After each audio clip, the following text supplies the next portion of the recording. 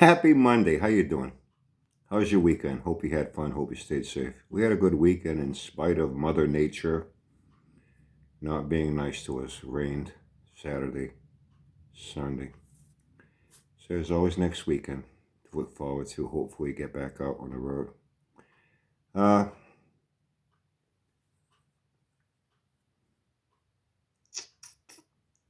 you know, I say at times I don't get into politics or religion. What I do see is that uh,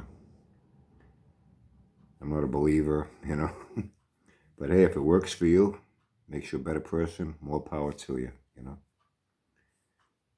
There are times when things happen, you know, makes me wonder, I go, maybe there really is a God. Because yesterday, God dropped Jabba from the heavens right in my fucking lap.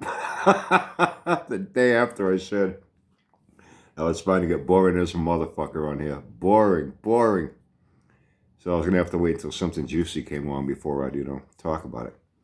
Man, happened the following day. Was that you? Yeah. Jabba's back. Tell a friend. Got to prove himself. He's more and more like Sanford. He pulls his little temper tantrum, hissy fits too. That's what that was. The way Sanford does when he gets hit with, criticism he doesn't like. He's going to do his periodic self-justification videos. People don't understand me. They don't understand my channel. They don't understand hot rodding the way I understand hot rodding. They're wrong. I'm right. He did that again recently. Going to justify himself. Some job is under some fucking heat and criticism. Well deserved, I might add. He's going to pull his little temper tantrum. Going to prove everybody wrong. I guess that was the point of that video. There's a saying that goes something like, it's better to remain silent and be thought a fool than open your mouth and remove all doubt. And Jabba opened his mouth and removed all doubt. I like his cocky little attitude. Well, I saw it on the internet. Seems, I got a feeling he spent the last few days, scouring the fucking Google, trying to find out as much as he could. Try to cram it into that little fucking pea brain of his and hopefully try to remember it so he could come back and talk like he knows what the fuck he's talking about. And he kind of talks in circles. Very confusing at times. He even got confused as to why he was in the fucking hospital. I mean, you go in for fucking, heart attack. I think people remember that. You don't have to stop and think about it and go, what was it I went in for? Oh, yeah, well, I got a wristband. Hey, Jabba. A wristband don't mean shit, man. A lot of people get wristbands don't mean they were fucking dying. When things are slow in maternity and pediatrics, Auntie Billy works the ER. You know how many people come in? And yeah, they will take it serious. Especially somebody because they're complaining of chest pain or they can't breathe. Yeah, they're checking your pulse, your vitals. They'll take blood work, x-rays, CAT scan. They run the whole gamut of tests. If they feel it's something, well, maybe you want to keep this person, 24 hours for observation. It's quite common. They put you in a journey, a little nightgown thing, sit you in a gurney, stick you in a room. They put that thing on your finger to monitor your pulse rate, your heart rate. In a lot of cases, it's simple anxiety attack with people, and that can cause rapid breathing, rapid heart rate. There's nothing really wrong with your heart. There's nothing really wrong with your lungs, Something that's causing that reaction. And once they calm down, take that thing off their finger, put your clothes on, go home, you walk out wearing a wristband. Nothing special about that, You make a big thing out of nothing, man. You really do. Well, that was funny. There are different ways to adjust valves. It's a good thing you weren't working on solid lifters. That takes a little more finesse. I only ran one solid lifter cam. The other three were hydraulic rollers. And I know the solids can be a little tricky. That you gotta really, know what you're doing. We went from using crush strips, to get the proper clearance,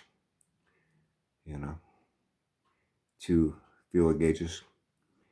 And back then, I don't know how they are now. I'm sure they have much better fasteners, I know AARP makes a lot of good fasteners. We had our nuts on those rockers, and they would have a tendency to back off after a while, depending on how you use the car.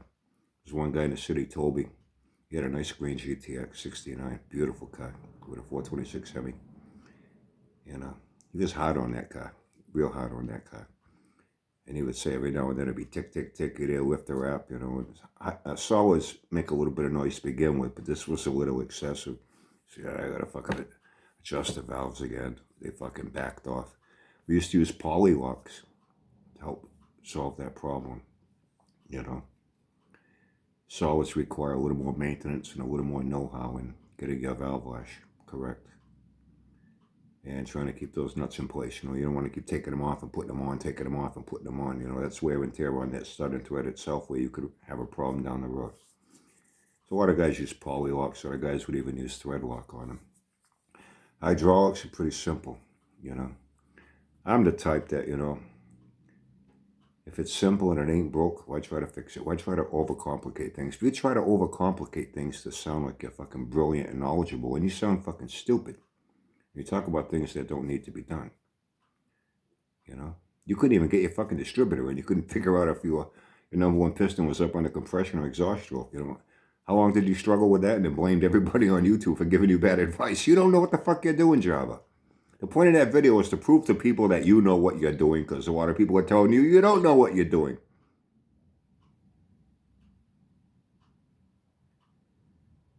With hydraulics, how I was taught early on, this was by guys that had a little bit of experience in racing, They had a lot of success with their stalkers, super stalkers, their gasser, their AFX car. From the time I was a kid over at the Tasker race shop. Well, I went there one time. I got my license, and I went there showing them my car and shit. And I said I was going to put a cam in it. I was going to go through the engine. I was going to pull the heads off, send it to my friend Ray Charles, have them ported, have the intake port matched to it. I was going to give it a 30 over with a home. And I was going to put a crane roller cam in it. And I asked them for advice on the lift duration. That's where I found out duration is real important. Even then, you got to be careful. You go too much duration, man. Oh, it's fucking great, but you lose all your fucking vacuum. You got no fucking brakes and shit. I already talked about this in a video. I ran like 310 to 325 duration. At 325 already was really pushing it. But, lift's great, but duration, the longer you keep that valve open off the seat until it's back down on the seat, the more air fuel mix you allow into combustion, the more spent gases you can expel from those heads. So little things I learned, And I remember, do I got to get feeler gauges? Listen, start it up. Once you get it in, just put a little bit of preload on all of them. Go like this with them. You don't want them flopping around. A little bit of a preload. You got a little bit of a wiggle. You can spin that push rod. Start it up. Some will be off, but then you're going to adjust it. And by the way, Java, you made a big deal of that lithium grease. That's like on a fresh engine build. When you've had no oil circulation through there, everything's fucking dry. And that's why you use a break-in oil, as it's called, a high zinc content. Get your engine up around 2,000 RPM. You run it there for like 20 minutes, heat it up. Really let that work in. And it helps put a hardened temper in the cam lobes and on the lifters, Then you change it after. When you change it, what you're going to see? You look at it in the light, little silver speckles. Some metal is going to come off. Don't mean it's nothing wrong with it. It's natural. Then it hardens, gets good temper in there, and you run it, do your regular oil changes, and you're okay. On those rocker studs, those nuts, a brand new fresh air, rub some on there. But it's all going to wash off. In no time, that'll wash right off. The oil's going to wash it away. You know what I mean? When you put your lifters in, even with a brand new, you want to get some oil in those lifters. You don't want to start it up with them completely dry. You want to get some oil coming up, those push rods that spin, pumps the oil up. What happens when it gets to the top of the rocker arm, Java? Comes to that little hole. Where does it go? It dumps right on that fucking nut in the belly of that rocker arm. Those nuts are well lubricated, let me tell you. Okay, they're not going to dry out unless it's your car. No fucking oil pressure. Yeah, then it will dry out, you know. I thought you only had a vacuum leak. I thought all you had was a vacuum leak. Why are you doing all this? You're redoing it? Why? Just to prove that you know what you're doing and, you know, start it up. You know, start it up, you run it. And you go with your socket wrench. Go right down the line with them. Back off the nut until you just get to zero lash is what it's called, zero lash. While the engine's running. And when you have good oil pressure, that oil is going to really be squirting out. We used to put those clips on there so it would deflect the oil back down into the head so it would be squirting out the side and hitting you and all over the fucking engine compartment. You know what I mean? You know, it ran a high volume oil pump, you know what I mean? That oil will fucking squirt right over the fucking fender, man. It hit the fucking driveway, you know? Put those clips on it. We tried to be, you know, not quick, but didn't want to waste too much time on it. Just go right down the line. You back them off until you're at zero lash. Now you're going to hear it tick, tick, tick, tick, tick, tick, tick, tick. You know, you're at zero lash. Go 3/4 of a turn. It's pretty much average. 3/4 of a turn to 1 turn. You just want to secure that on there enough so that that rocker arm is not going to fly off that fucking push rod. And that's happened to people. I know a guy that happened to. Now, if you go too tight, you know, I know some guys that have gone too tight with it. They start up and it dies and they go in there. The fucking push rod is all fucking bent and jammed in there because it was too tight. I've seen them where it's too loose. One guy at Industrial Park, man, he missed the fucking gear. The thing fucking wound right up. Tick, tick, tick, tick, tick, tick, tick. He's, oh, man, I spun a fucking bearing. I'm like, no, you didn't spin no bearing, dude. That's no deep engine knock. That's a fucking tapping coming from inside your valve cover. I think you threw a fucking push rod or something. Or busted a rocker arm. Sure as shit, I get the valve cover off. The rocker arm's flapping. It spun right off the fucking push rod was fucking mashed in at the top. It was just bouncing off the lifter, coming up, hitting the inside the fucking valve cover. There was dents on the inside the fucking valve cover. All right, 3/4 of a turn to a turn.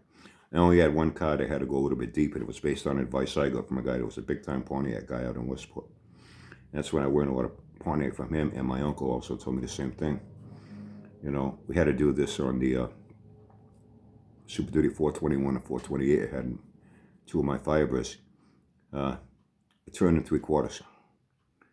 A turn and 3/4. You had to seat it a little deeper in there. A high torque engine. You know, you got a low torque engine, set up things a little differently. Then you got a lower horsepower, low torque engine. Torque, you know, torque, man. But the horsepower, torque is so important. And you want to make sure that that rocker arm, that push rod, you can spin it. Because if it don't spin, you're not going to pump any oil up there. And then, yeah, you are going to dry up that fucking nut. But you made a big thing. Oh, you got to put lithium grease because I saw it on the fucking internet. And you want to argue, go argue with them.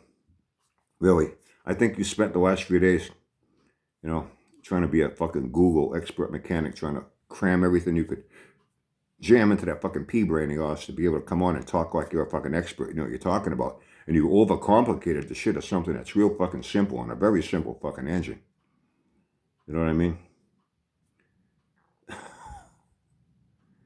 But you had to make it sound like real complicated, you know, because you can do that. You know what I mean? That's how good you are.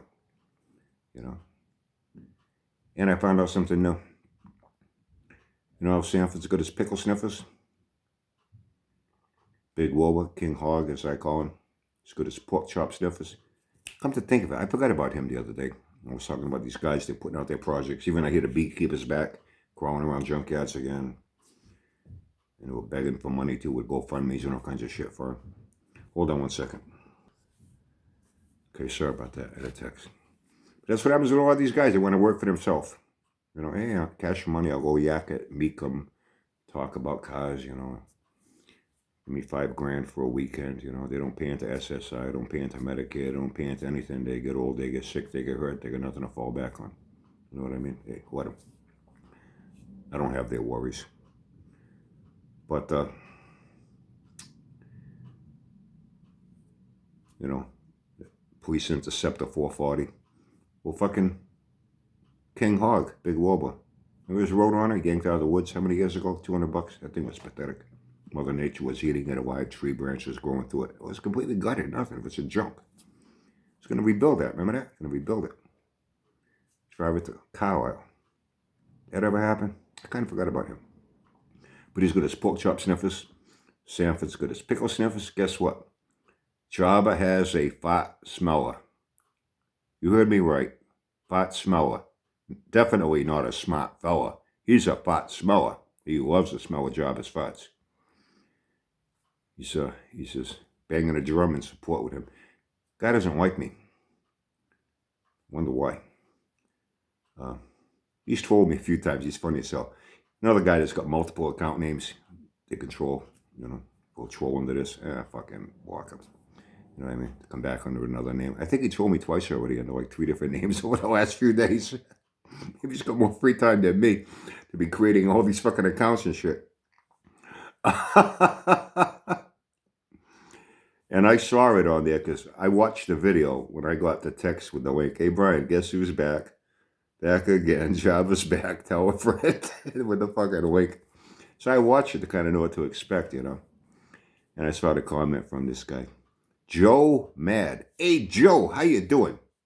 Joe, why are you so mad? You mad at me, Joe? Are you mad, Joe? Good. You stupid motherfucker. Hey, how did Jabba's fart smell? You like that? You fart like him? Yeah. Yeah. He talks about me a lot. It's funny.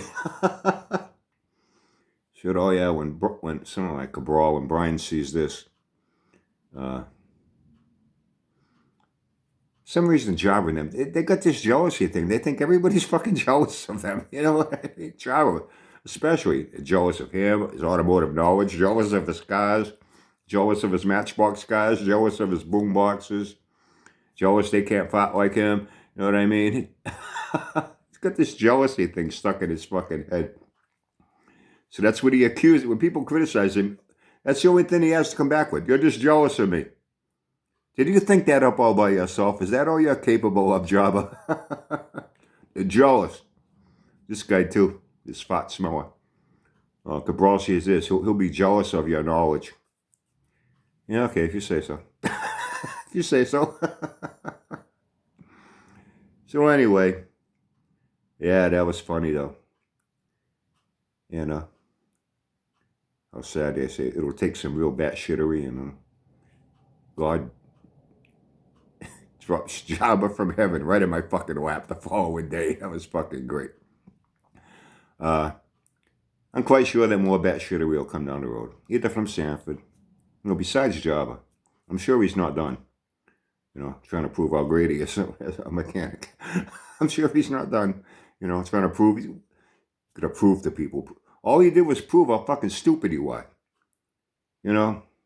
There are many sayings that are true. It's better to remain silent and be thought a fool than open your mouth and remove all doubt. And what did you do? You opened your fucking mouth and removed all doubt once again. You do all the work for me, just like Sanford. That's what I like about you. Ah, man. So I'm quite sure there'll be more batshittery to come. From Jabba. Sanford. Hey, Jabba, you want to impress people? Seriously, man. Start that thing, Get it to stay running for more than a minute. Actually be able to put it in gear. Get out of that driveway. Take it for a ride around the block. Oh, that's right. You don't have brakes in it either. That might impress some people, But not barely running for a minute. Because you got to evacuate. But now you're taking it apart again. You always seem to be taking things apart. And I think I remember Jabba saying that one time. He said, well, I'm a mechanic because if I take something apart, I know how to put it back together. Yeah, little kids know how to put fucking Legos together too, you know what I mean? It don't mean they're fucking structural engineers. You're a fucking hoot, man, let me tell you. You're a fucking hoot. So between Jabba, Sanford, Crypt Keeper, Sandy, my other buddies, I'm quite sure some more batshittery will come around sooner or later, and that'll give me something else to talk about. And when the time comes, I will. Okay? So, have a great day. Have fun. And stay safe.